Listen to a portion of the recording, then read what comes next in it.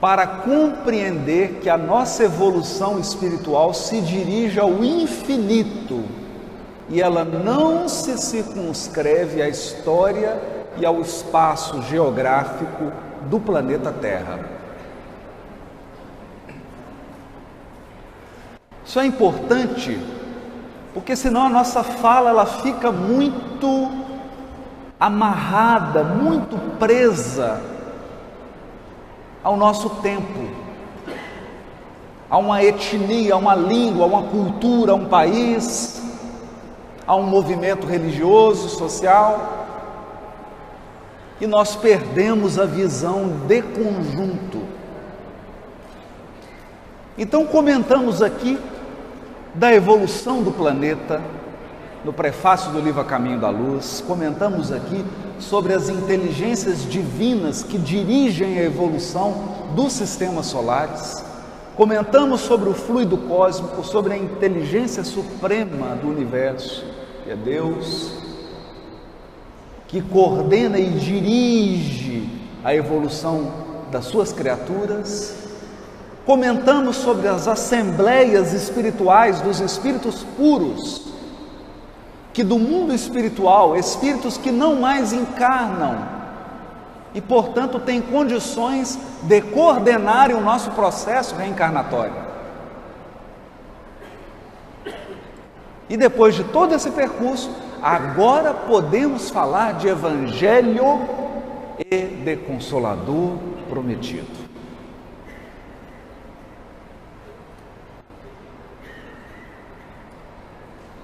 A primeira confusão que se faz com a palavra evangelho, e isso é natural, porque é fruto de uma educação religiosa viciada ao longo de séculos e séculos e séculos, é imaginar que evangelho é sinônimo de cristianismo. Então esse é o primeiro equívoco que nós vamos precisar desfazer. Evangelho não é cristianismo, não é sinônimo. Há evangelho no cristianismo, claro, é óbvio. Mas o cristianismo não é capaz de abordar todo o evangelho. O evangelho é mais amplo do que o movimento humano, sociológico, social chamado cristianismo. O cristianismo é um esforço humano de compreender e vivenciar o Evangelho que é divino.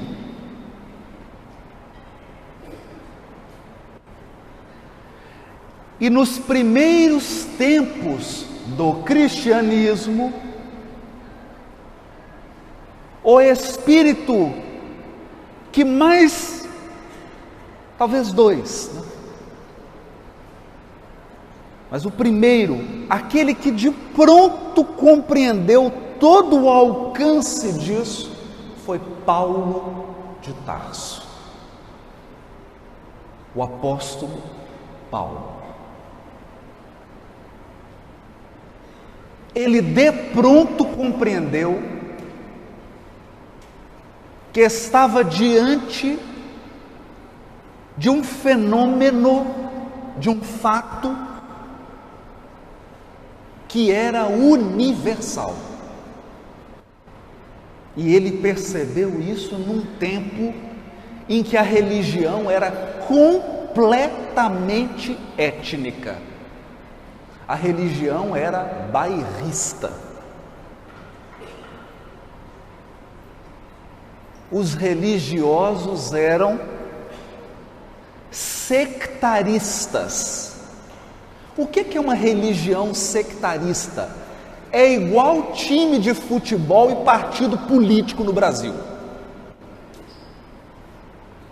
No Brasil é assim, se você é de um partido político, você quer que todos do partido contrário vão para o inferno e morram.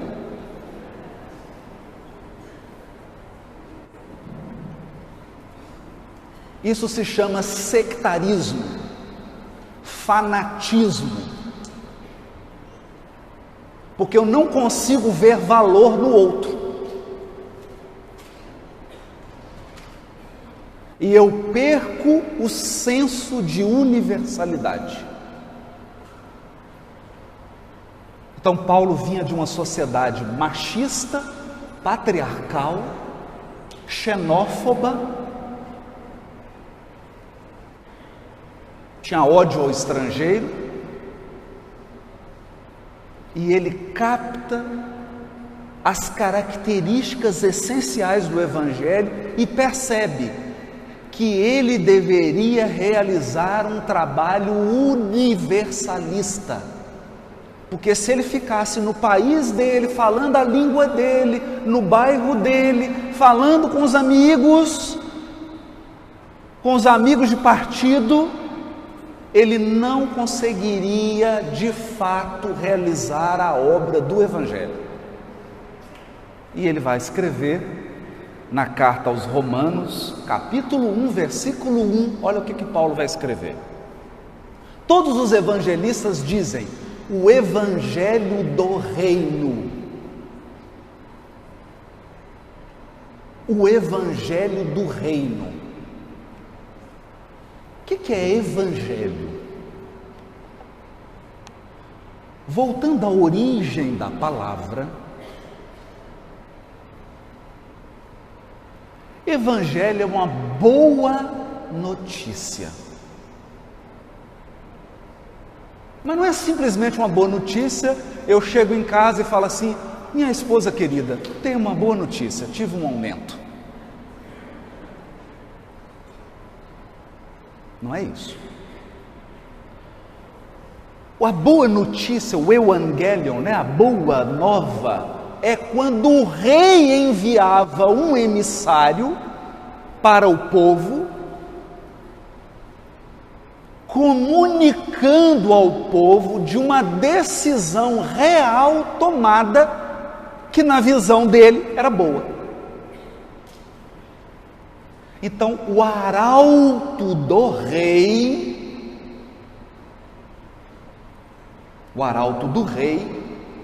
comparecia, o mensageiro, porta-voz do rei, comparecia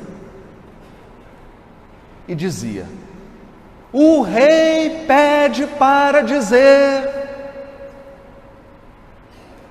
que vamos cortar os impostos. Aí o povo ficava na alegria.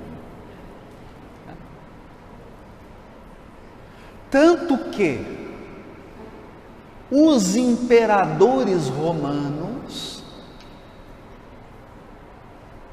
se referem aos seus decretos como Evangelho. Então o povo da época já conhecia o Evangelho de César. O Evangelho de César, o Evangelho do imperador romano, significa a boa notícia do imperador romano. É importante nós atentarmos para essa dimensão social e política da época de Jesus. Eles já conheciam o Evangelho. No entanto, num determinado momento, alguém chega e começa a repetir uma mensagem que fora dada por antigos profetas de Israel.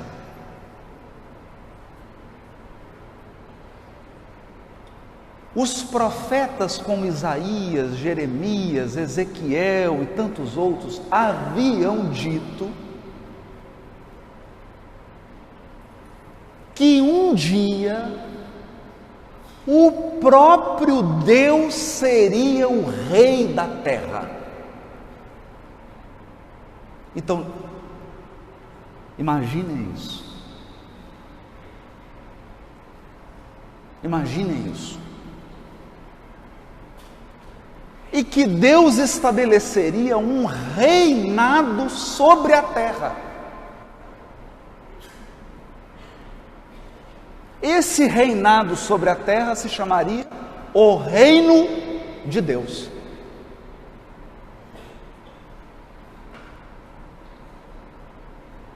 E os profetas começaram a listar características do reino de Deus. Vamos lá. Isaías capítulo 52. No reino de Deus não há injustiça, nem juízes. Perdi meu emprego.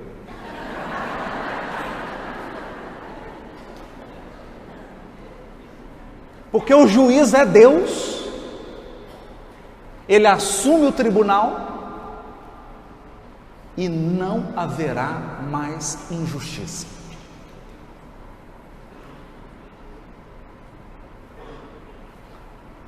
No reino de Deus não haverá mais pobres, nem doentes, nem sofrimento. Gente, no reino de Deus não haverá nenhum doente, nenhum pobre. Ninguém terá necessidade. No reino de Deus não haverá mais maldade nem violência.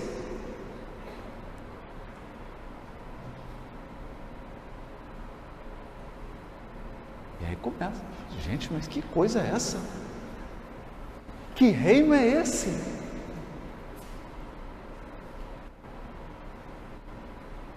Que reino é esse? Reino de Deus.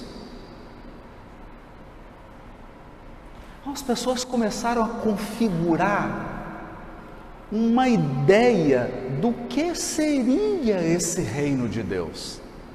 E o que você começa a imaginar? O que o encarnado... Gente, como é que o encarnado pensa?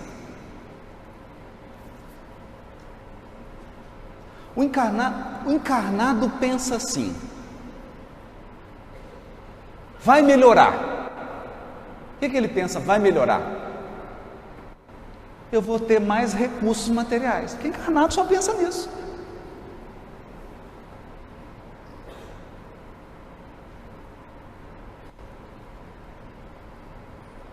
Então as pessoas começaram a formar uma ideia de que o reino de Deus seria um reino político. E hoje no Brasil tem gente que acredita nisso.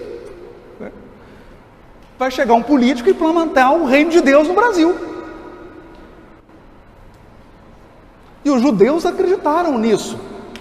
Queria vir um Messias que ia fazer uma guerra, ia cortar a cabeça de César, matar um tanto de gente e transformar Israel no reino de Deus. Através de guerra, de ação política, de uma ação no mundo dos encarnados.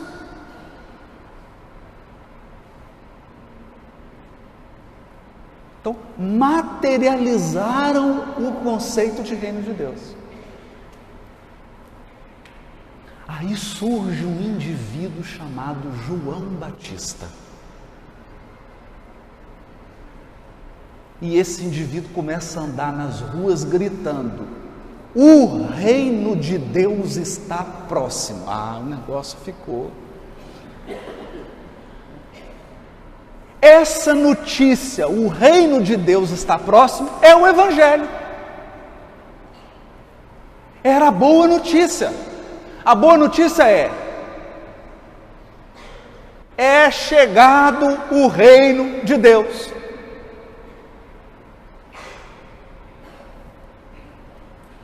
Criou uma polvorosa. O primeiro que chegou no palácio a notícia foi Herodes. O reino de Deus está próximo. Ele falou: perdi meu trono. Perdi meu trono.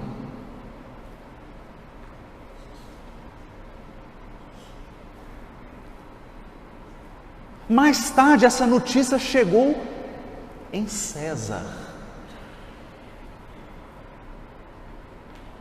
E o imperador romano mandou checar. Que reino é esse? O próprio João Batista, quando foi preso e condenado à morte por decapitação, mandou 2 mensageiros a Jesus para perguntar assim: mestre, eu andei falando aí que estava próximo o reino, mas eu que sou o mensageiro, vou perder a cabeça. Você é realmente o Messias, o enviado de Deus, ou nós temos que esperar de mais tempo? O próprio João Batista ficou em dúvida. Porque se ele, que foi o anunciador de que o reino de Deus estava próximo, estava preso e ia ser decapitado, que reino é esse?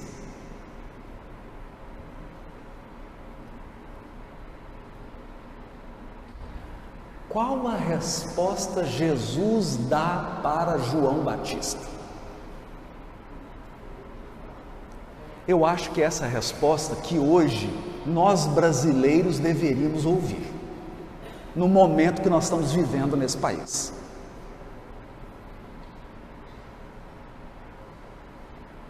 Jesus cita o profeta Isaías.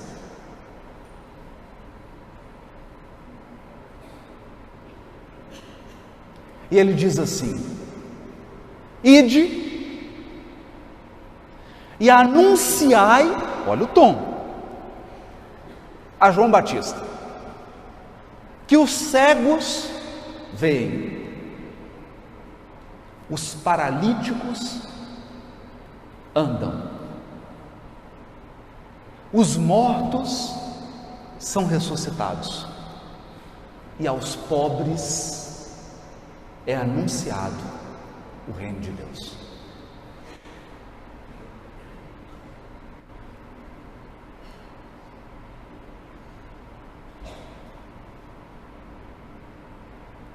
João Batista entendeu.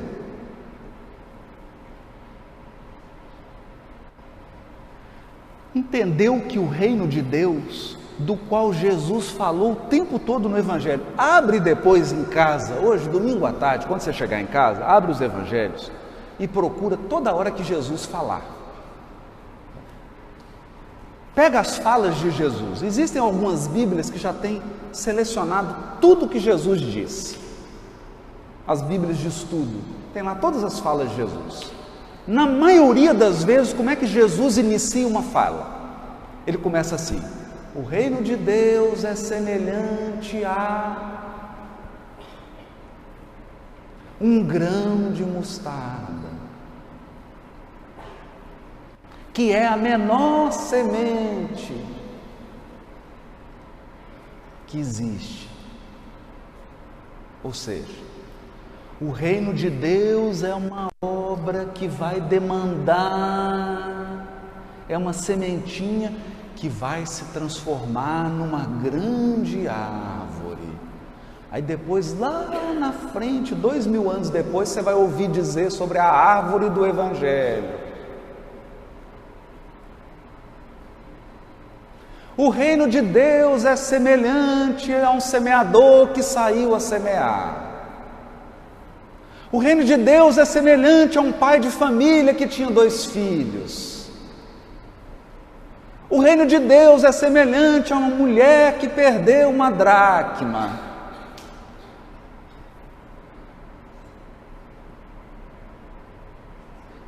Todas essas parábolas e todas essas falas de Jesus vão agregando características do reino de Deus. Mas aqui eu vou resumir.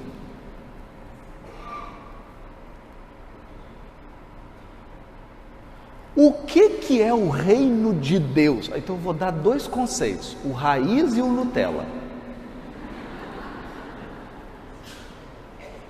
Reino de Deus, Nutella, regeneração planetária. Reino de Deus, raiz, você se transformar num espírito puro.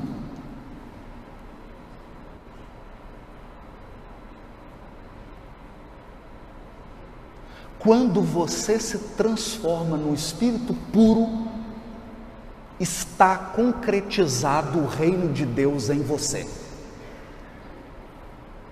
Todas as promessas se realizam.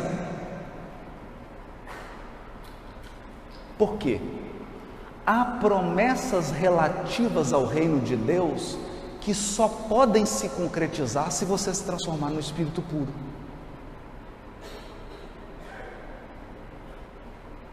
Por exemplo, você nunca mais terá sede. Tem que ser espírito puro.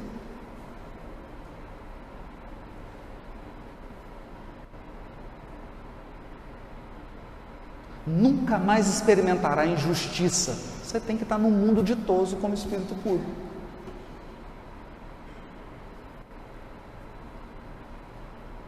E há um meio do caminho, que é a regeneração planetária.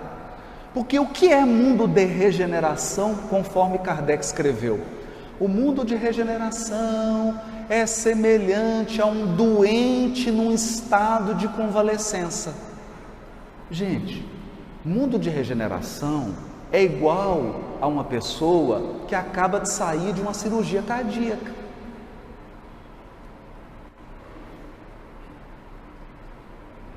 Ele está recuperando, mas se ele não tomar cuidado, volta a ter o problema.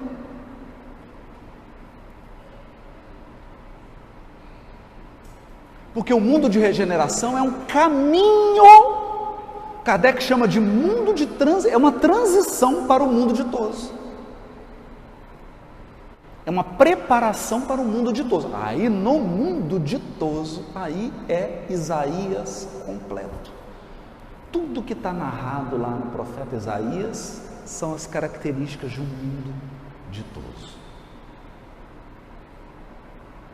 Então, o que é o Evangelho? O Evangelho é o anúncio do reino de Deus. É isso.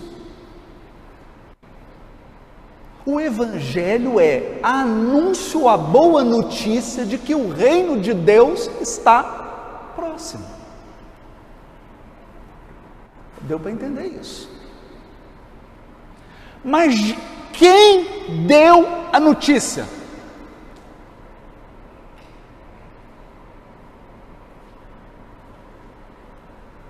Pegadinha.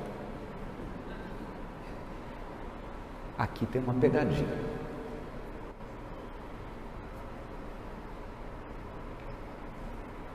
Qual é a notícia? E quem deu a notícia? Sabe quem deu a notícia? Deus. Quem deu a notícia foi Deus.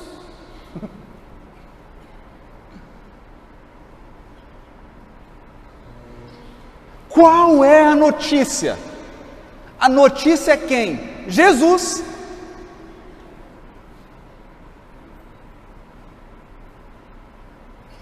Não, Haroldo, eu não entendi nada, achei que eu sabia o que era evangelho. Vamos acompanhar Paulo? Paulo, carta aos Romanos, capítulo 1, versículo 1.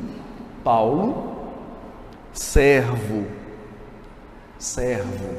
de Jesus, Messias, Jesus Cristo, chamado para ser apóstolo, olha isso, separado para o Evangelho de Deus.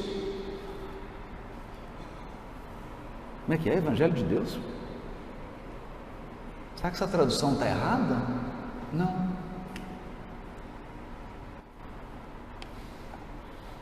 Separado para o Evangelho de Deus. Então, gente, nós somos espíritas, a gente vai tudo quanto é congresso. A palavra que eu mais escuto de espírita é Evangelho Redivivo. Aí você pergunta para o espírita assim: o que é Evangelho? Ué, o Evangelho é o cristianismo. O Raul perguntou, você não acertou. Pegue o seu banquinho e saia de mansinho. Errou. Errou.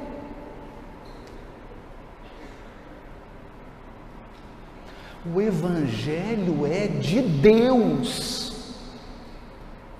Porque o Evangelho não é a notícia do reino de Deus. Se é o anúncio do reino de Deus, o Evangelho é de quem? Do rei. Quem que é o rei? Não é Roberto. É Deus. O rei da criação não é um leão.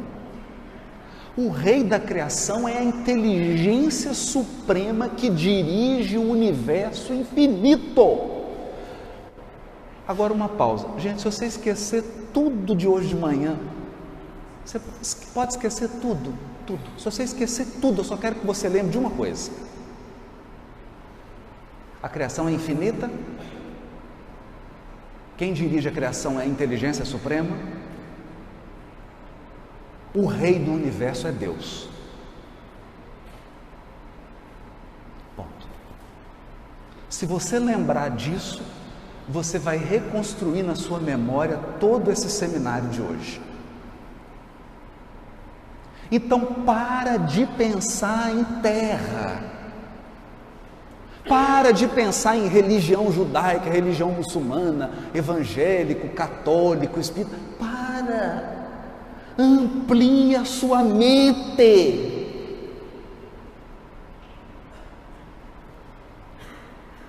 Cada planeta tem no mínimo 50 religiões.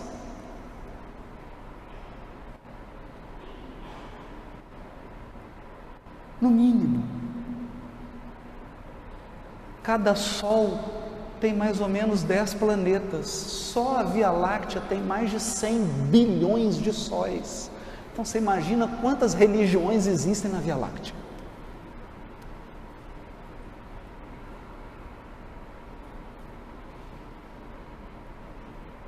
Deus não é espírita, Deus não é católico, Deus não é evangélico, Deus não é judeu, Deus não é muçulmano. Deus é Deus.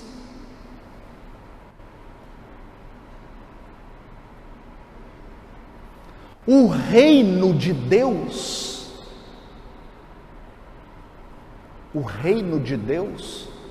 é a sua criação infinita. Acontece que existe uma regra no universo, e a regra é simples. Arnaldo César Coelho, a regra é clara. Você tem livre-arbítrio. Então Deus chega e diz assim: deixa eu dirigir. E aí você fala: não deixo.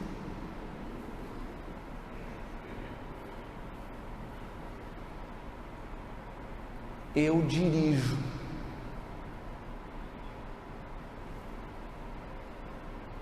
Aí o que acontece? Acontece o acidente. Aí você fala assim: ai meu Deus. Aí ele fala: deixa eu dirigir. Não deixo. Aí passam 7.000 anos de acidente. E ele fala: deixa eu dirigir. E você fala: deixo. Reino de Deus. Um dia a terra vai ser entregue a Deus. E aí nós vamos viver enquanto indivíduos e enquanto comunidades como os espíritos puros vivem nos mundos ditosos.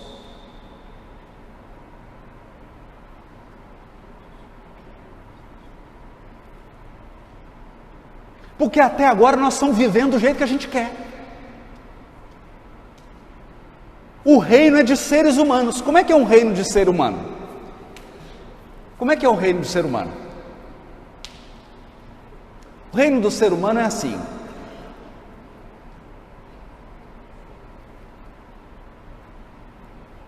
Tudo para mim. Se tiver para mim e sobrar, eu dou para o outro. Não é assim? Porque no reino do ser humano, o que vigora é o orgulho e o egoísmo, que são as chagas da humanidade.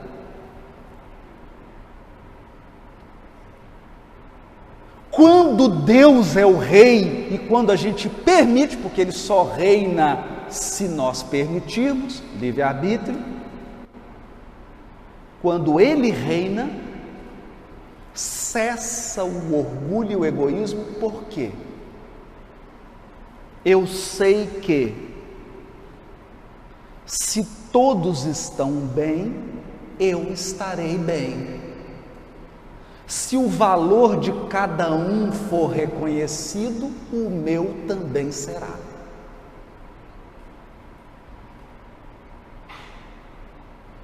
Esse é o reino de Deus. E esse é o resumo da Bíblia toda. Aliás, esse é o resumo de todos os livros sagrados de todas as religiões.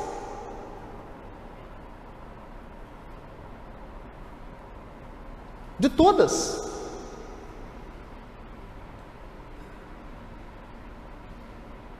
Então, um dia,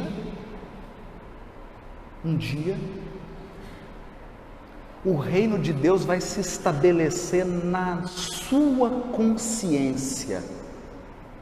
E um dia, o planeta em que você mora será transformado no reino de Deus.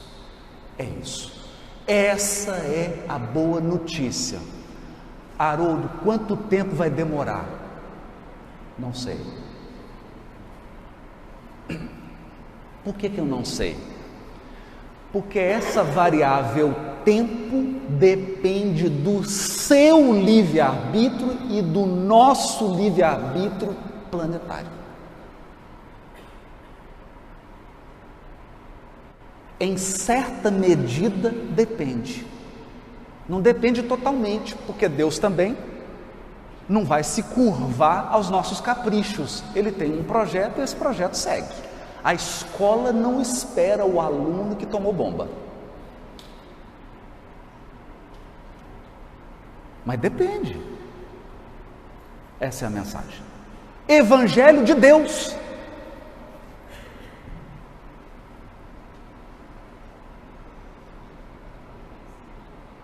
Evangelho de Deus.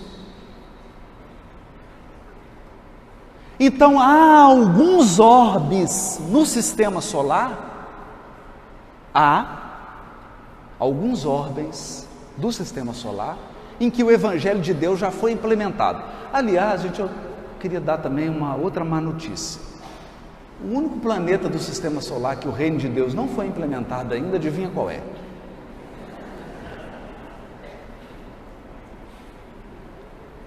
É o nosso. Em todos os outros, já é reino de Deus. Então, se você está aqui, fazendo as contas, se você está aqui, está encarnado, se você não está lá, significa que você precisa rever seus conceitos sobre você mesmo. Precisa rever. Esse é o anúncio. O reino de Deus. Todos os missionários que encarnaram, todos, em todas as áreas do conhecimento, das artes, da filosofia, das religiões, todos os missionários que encarnaram foram para empurrar um pouquinho o planeta para o reino de Deus. Não é só missionário da religião, da política, da economia, da ciência, das artes, todos chegaram para empurrar um pouquinho para esse estado. Agora, como Deus mandou a mensagem? Como que você manda a mensagem? Hoje, WhatsApp, Facebook, Instagram, carta, gravação, vídeo. Gente, vamos pensar um pouquinho. Você acha realmente que Deus usa o WhatsApp?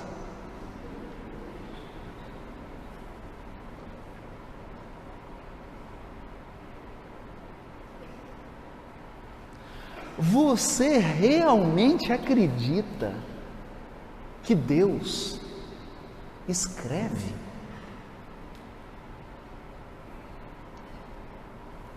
Que Deus comunica seus propósitos através de um texto escrito? Agora nós já temos condições de pensar sobre isso. Pensa sobre isso.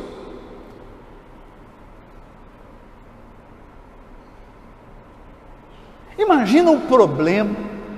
Deus vai falar, Deus vai escrever. Em que língua? Já começou um problema. Que língua que ele vai escrever? Vai falar em que língua?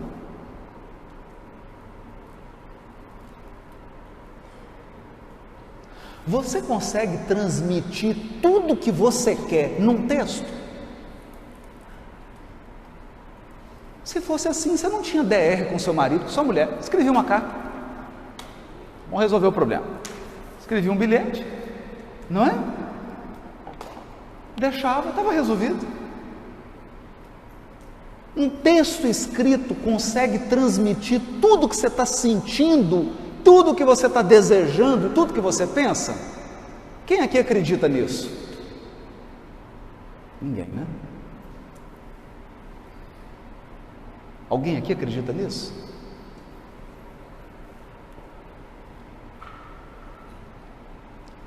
Então, como Deus transmitiu a notícia de que estava próxima a implementação do reino de Deus? Próxima na visão dele, Deus. Quando Deus fala assim, aguarda um momento, pode ser 10 encarnações.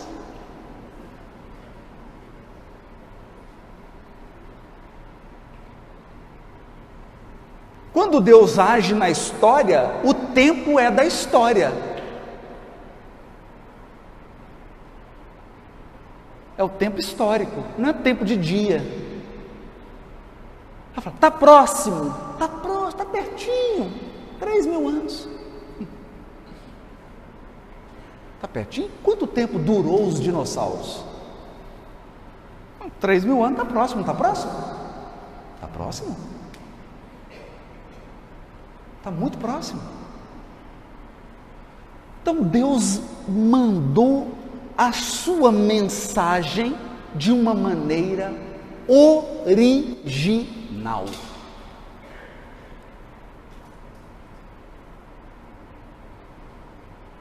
Ele queria nos dizer quais são as características do seu reino.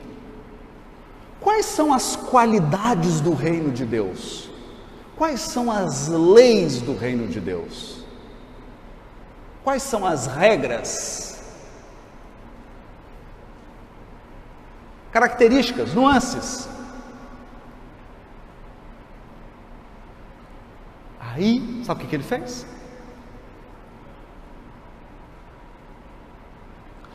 foi lá na Assembleia dos Espíritos puros e eleitos por Ele, Deus.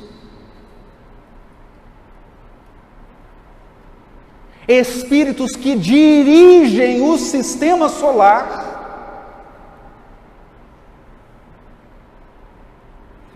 chamou um deles,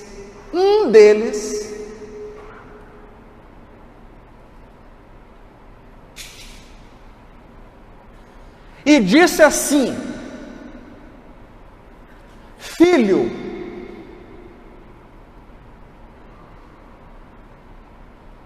tem mais de 10 bilhões de anos que você instaurou o reino de Deus na sua consciência, filho. Você já está em processo de comunhão indescritível comigo, filhão.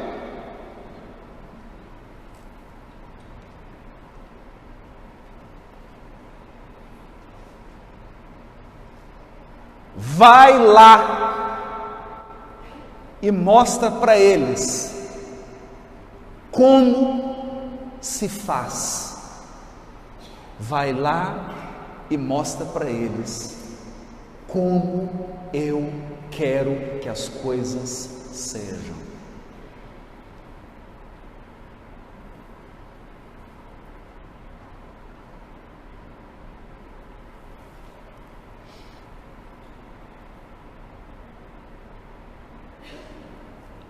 Então, a Assembleia dos Espíritos Crísticos do Sistema Solar, após Deus ter eleito esse Espírito, se reuniu para ajudar a programar a encarnação de um Cristo planetário num corpo físico.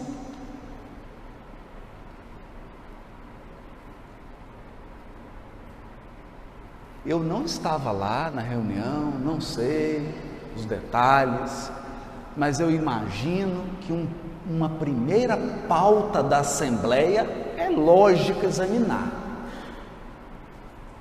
Um espírito que foi eleito para encarnar e ser a notícia, ele é a notícia. Você quer saber qual que é a notícia? Olha para ele. Ele é a notícia. É daquele jeito que Deus quer que seja. Deu para entender agora? É daquele jeito. Mas não é só ele que é daquele jeito.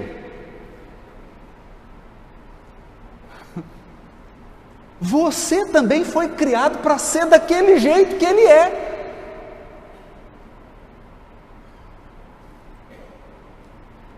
Só no sistema solar tem um tanto igual a ele.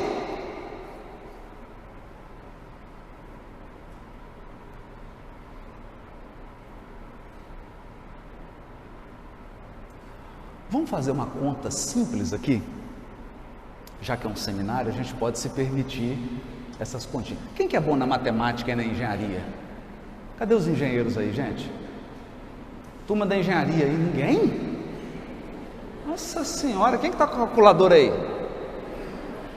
Calculadora aí. Me ajuda. Um sistema solar tem aproximadamente 10 planetas. Vamos tomar o nosso como parâmetro, ok? Uns tem 12, 20. Vamos pegar uma média de 10, tá bom? Uma média de 10 planetas por cada sistema solar? Tá bom para vocês? Tá bom? Cada planeta tem que ter um governador, correto? Espiritual. Não é? Um governador tem que ser um espírito crístico. Então, cada sistema solar tem no mínimo 10 Cristos. Todo mundo de acordo? E o vice?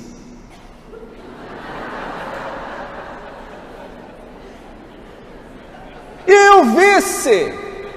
Se o governador encarnar, quem assume? Ah, vocês não tinham pensado nisso. Não tinham pensado nisso. Então, no mínimo, mais ou menos, uma média, 20 Cristos para cada sistema. Tranquilo? E o coordenador da Assembleia?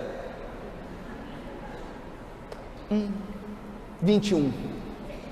E o vice? 22. Tá bom. Eu acho que são mais. Mas acredito que não pode ser menos do que isso. Tranquilo? Vamos ficar em 22? Está todo mundo feliz com 22 ou tem alguém incomodado? Está feliz com 22? Ótimo. Vamos lá. 22 Cristos. Mas qual que é a religião deles?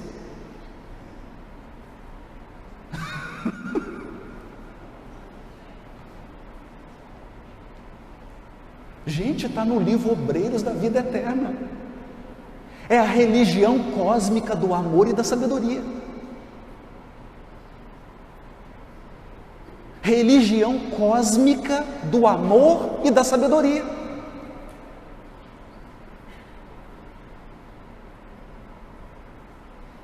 $22 Cristos. Quem está com o calculador aí? Todo mundo aposta? Soma para mim aí. Na Via Láctea tem aproximadamente 100 bilhões de sistema solar. Multiplica aí, 100 bilhões vezes 22. Não precisa, tá fácil. Quanto que é 100 bilhões vezes 22? 22 trilhões. 22 trilhões de Cristos.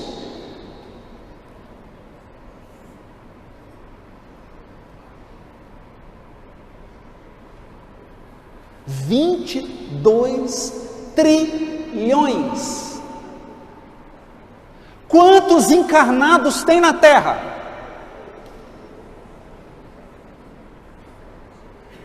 Vamos para cima.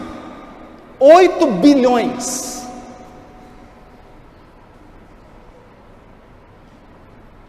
Divide 22 trilhões por 8 bilhões.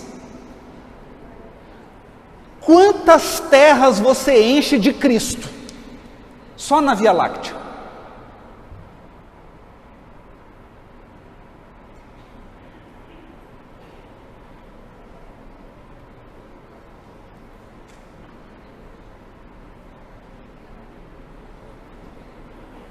Então, se alguém perguntar para você o que é evangelho, você vai falar assim: você tem meia horinha?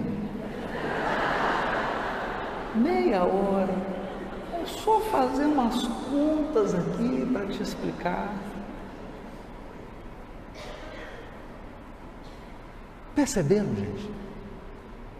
Então, tinha um congresso na Via Láctea com 22 trilhões de Cristos, e Deus escolheu um para encarnar na Terra.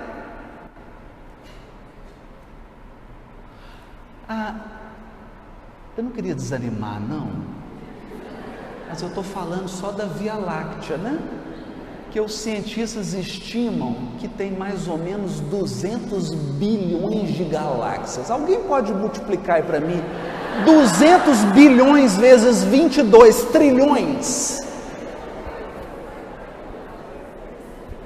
E você está achando que a Terra está perdida, que o Brasil está perdido por causa da paralisação?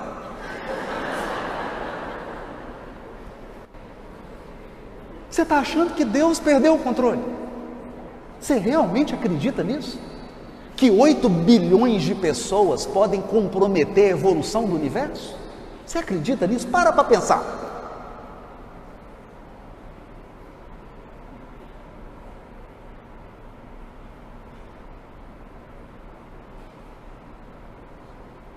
Raciocina comigo. E se Deus determinar agora que amanhã vão encarnar 1000 Cristos na Terra? Por que Ele não faz isso? Porque Ele estaria violentando o seu livre-arbítrio. Aí seria 7-1, massacre.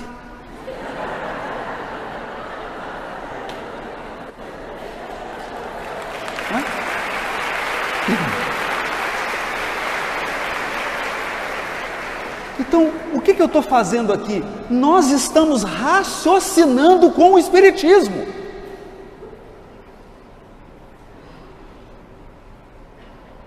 Nós estamos aqui juntos raciocinando sobre a evolução do universo, evolução espiritual do universo.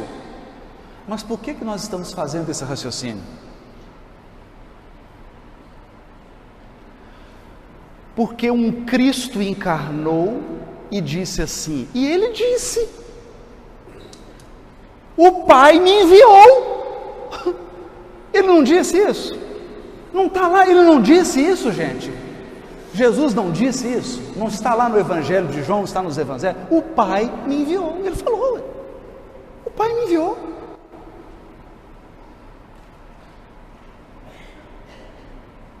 Tenho-vos chamado amigos, Ele diz para os apóstolos, porque tudo quanto ouvi de meu Pai, tenho-vos ensinado.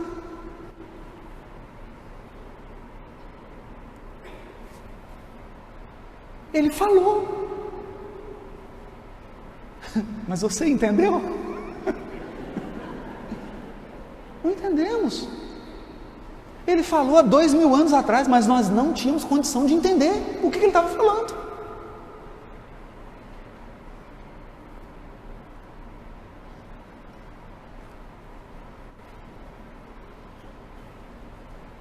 Não tinham condição de entender. Era preciso que o amadurecimento intelecto e moral e espiritual chegasse para que nós pudéssemos ter condição de entender o que ele estava dizendo. Ele estava dizendo: o Pai me enviou. Eu sou o modelo e guia da humanidade terrestre. Terrestre. Porque da humanidade de Marte, o guia e o modelo é outro.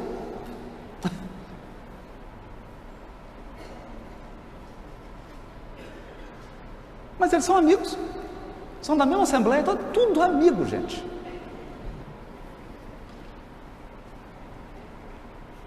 E estão todos em comunhão com Deus. Deu para entender isso? Então, você pergunta assim: Jesus, o que vai acontecer quando eu implementar o reino de Deus em mim? Aí Jesus falou: você vai ficar igual a mim.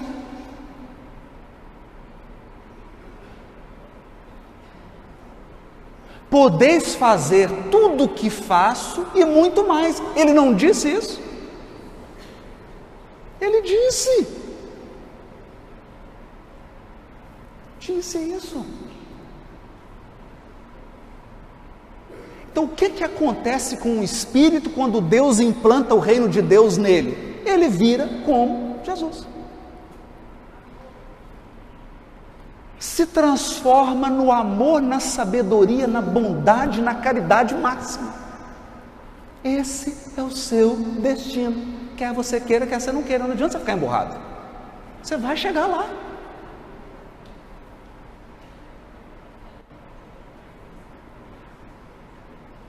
Então a mensagem é Ele, o Cristo. Agora olha que maneira inteligente que Deus tem de dar notícia.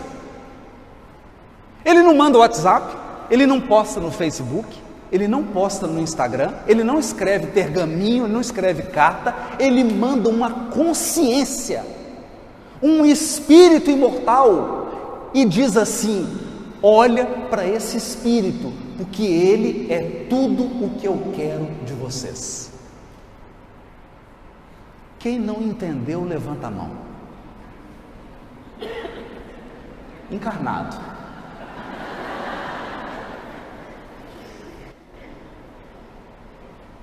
Deu para entender agora o que é Evangelho? agora nós vamos falar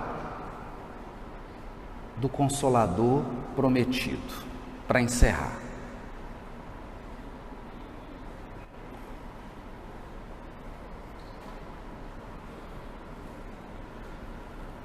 Para a gente falar de Consolador prometido,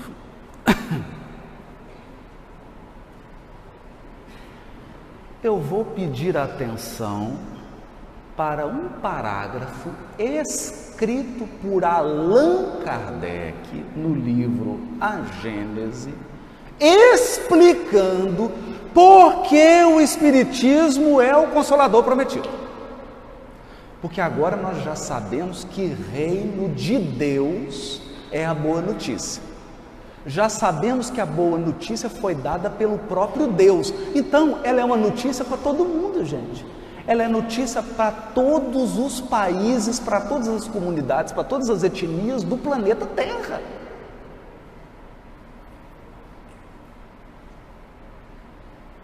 Para todo mundo.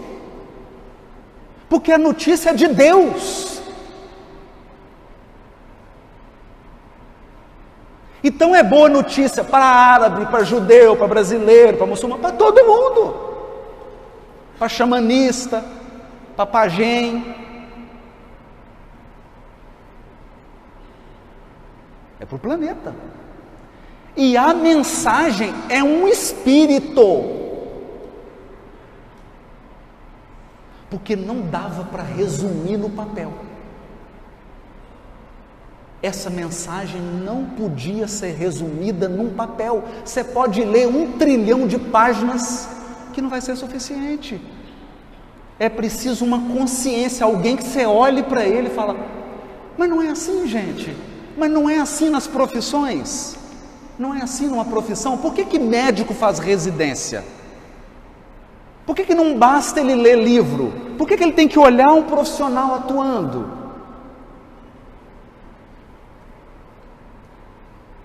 Você aceitaria entrar numa aeronave e ouvir o seguinte: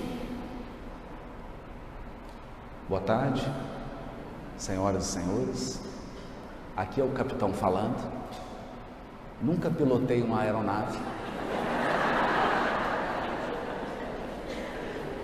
mas já li 250 livros. Estudei todos esses botõezinhos aqui que vocês não sabem o que é. E vocês estão convidados para a minha primeira experiência prática.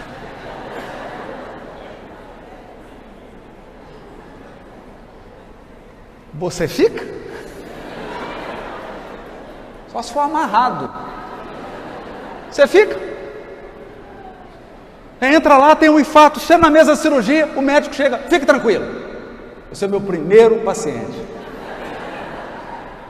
Primeira vez na vida farei uma cirurgia, mas já li todo. Não, claro que não.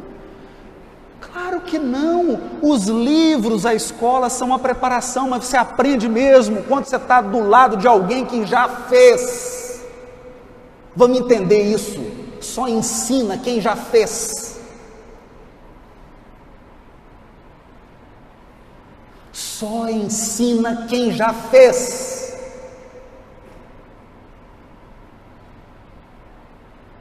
Aí você senta do lado do piloto, ele fala: fica tranquilo, eu já realizei 850 voos.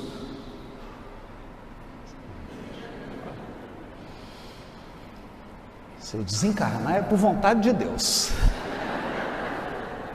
Não é? Porque a gente aprende com quem já fez. É por isso que Deus mandou Jesus. Porque você só aprende a ser um espírito que implementou o reino de Deus no coração com alguém que já implementou. Uma coisa é dar notícia, é apontar, é dizer, outra coisa é fazer.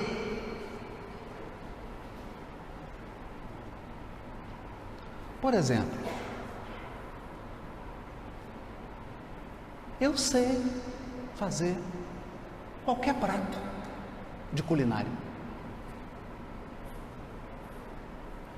Nunca fiz, mas sei. Eu vou no YouTube, eu pesquiso no Google, tem a receita e tem o vídeo do YouTube. É assim que funciona? Então não adiantava Deus mandar alguém que dá notícia. Ele tinha que mandar alguém que já fez.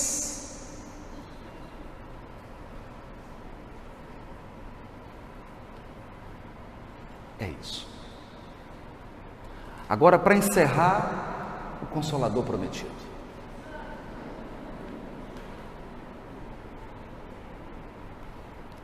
Kardec vai comentar sobre a fala de Jesus no capítulo 14 do Evangelho de João, quando Jesus diz assim: eu rogarei ao Pai.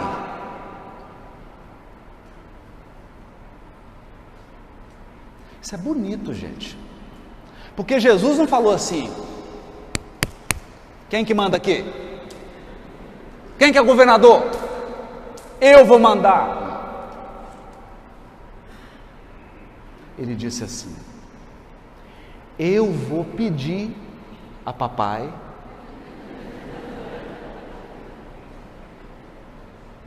para ele enviar um outro consolador. Pedirei a meu pai, e ele, meu pai, ele, Deus, vos enviará outro consolador. Então, gente, para de dizer que o Espiritismo foi Jesus que enviou.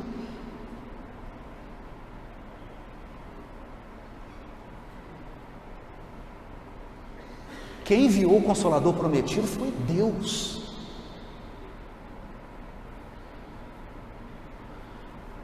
Vou ler de novo. Pedirei a meu pai, ao papai, e ele, papai, vos enviará outro Consolador, porque o primeiro Consolador é ele, Jesus. Aí Kardec diz: qual deverá ser esse enviado? Que enviado é esse? Jesus claramente indica que esse Consolador não seria ele. Não seria ele, Jesus. Pois do contrário, ele diria: voltarei a completar o que vos tenho ensinado. Isso é o que Kardec está dizendo. Não foi isso que Jesus disse. Ele não disse isso, como acrescentou: a fim de que fique eternamente convosco, e ele estará em vós. O Consolador prometido ficaria eternamente conosco e estaria em nós, dentro de nós. Aí olha o Kardec, esta proposição não poderia referir-se a uma individualidade encarnada, visto que essa individualidade não poderia ficar eternamente conosco, nem ainda menos estar em nós. Compreendemos essa afirmação, porém, muito bem. Olha o que o Kardec está dizendo. Gente, eu estou lendo Allan Kardec.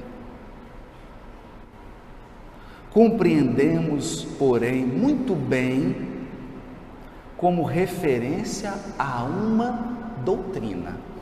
Doutrina aqui, porque a palavra doutrina aqui em francês significa conjunto, não é doutrina de dogma, doutrina, fanatismo, não é isso não. Doutrina aqui no sentido de conjunto de ensinamentos. É o cirurgião. O cirurgião fica olhando um outro, aí ele aprende um conjunto de coisas com o outro. E aí ele aplica e se transforma também no cirurgião. Entendeu? Depois que ele aprendeu, aquele conjunto de conhecimentos não fica dentro dele? Ou alguém consegue roubar o que você adquiriu de conhecimento e de experiência? Alguém consegue? Ninguém consegue, fica dentro de você. Então, compreendemos, porém, muito bem essa referência a uma doutrina a qual, com efeito, quando nós tivermos assimilado ela, então nem todo mundo assimilou o Consolador prometido. E ele só faz o efeito se você assimilar.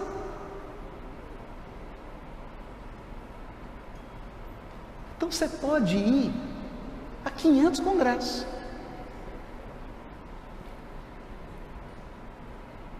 Se você não assimilar o conjunto de ensinos, não vai te ajudar tanto. Então, se nós entendemos como um conjunto de ensinos, quando nós tivermos assimilado, ele poderá estar eternamente em nós. Eternamente em nós. Por quê?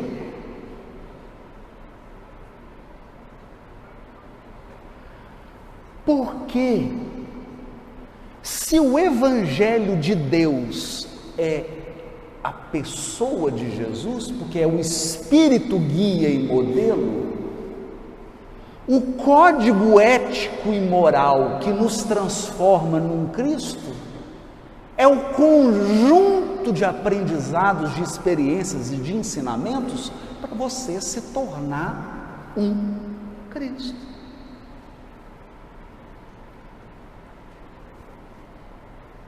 O Consolador é, pois, segundo o pensamento de Jesus, a personificação de uma doutrina soberanamente consoladora, cujo inspirador há de ser o Espírito de verdade.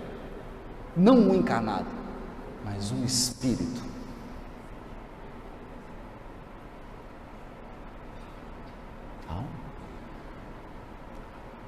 Assim, ele vai dizer agora no Evangelho segundo o Espiritismo, não é mais na Gênesis, capítulo 6, item 4. Capítulo 6, item 4. Assim, o Espiritismo realiza o que Jesus disse sobre o Consolador prometido. Conhecimento das coisas, fazendo que o homem saiba de onde vem,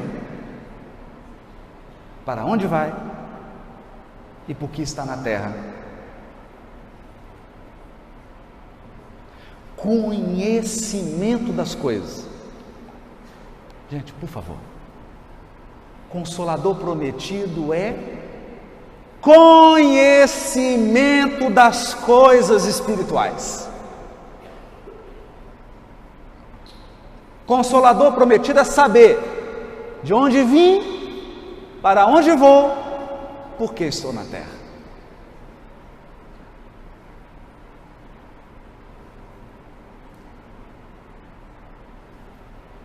Conhecimento das coisas espirituais. O Consolador atrai as pessoas para os verdadeiros princípios da lei de Deus. O Consolador atrai as pessoas para os verdadeiros princípios da lei de Deus e consola pela fé e pela esperança. É por isso que, se você abrir o que é o Espiritismo, é por isso, se você abrir o livro Viagens Espíritas, é por isso, se você abrir a Revista Espírita, você vai encontrar na Sociedade Parisiense de Estudos Espíritas, Kardec escrevendo e dizendo que no primeiro grupo espírita da humanidade, que foi fundado por ele em Paris, compareciam judeus espíritas, muçulmanos espíritas, católicos espíritas protestantes espíritas. Por quê? Porque aquele homem, aquela mulher, aquele indivíduo, que era judeu, que era muçulmano, que era católico, que era protestante, que era budista, continuava sendo budista, muçulmano, católico, judeu, protestante, mas agora estudavam os elementos do mundo espiritual, adquiriam conhecimento sobre a imortalidade da alma, sobre de onde vieram, para onde vão e por que estão na terra. E com esses conhecimentos, eles eram atraídos para os verdadeiros princípios da lei de Deus e, portanto, eram conduzidos para a implementação do reino de Deus no coração.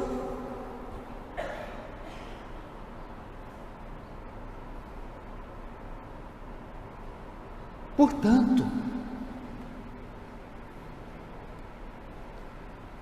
deu para entender? Então, pelo amor de Deus, nós espíritas não somos proselitistas. Eu não quero esvaziar nenhuma igreja, não quero tirar nenhuma pessoa da religião dela.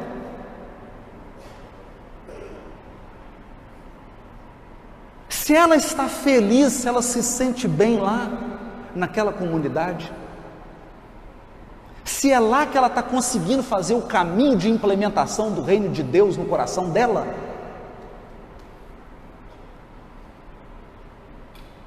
se é num templo budista, se é no ashram da Índia, se é no Japão, se é na China, se é como protestante, se é como católico, se é como umbandista, como candomblé, não importa. O que importa é que ela adquira conhecimentos sobre o espírito imortal, sobre a imortalidade da alma, sobre de onde ela veio, para onde ela vai e por que ela está na terra.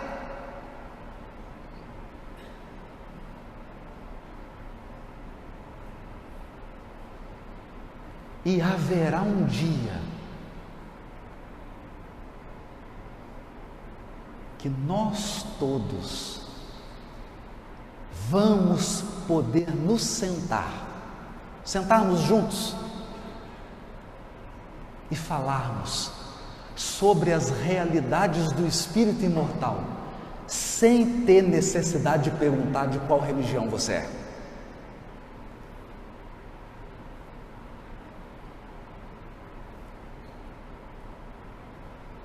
Porque o Consolador prometido por Jesus e enviado por Deus é a luz que acordou os encarnados para a realidade espiritual da vida. Para a realidade espiritual da vida. Portanto, bem-vindos à nova era. E a gente se encontra em alguma galáxia por aí.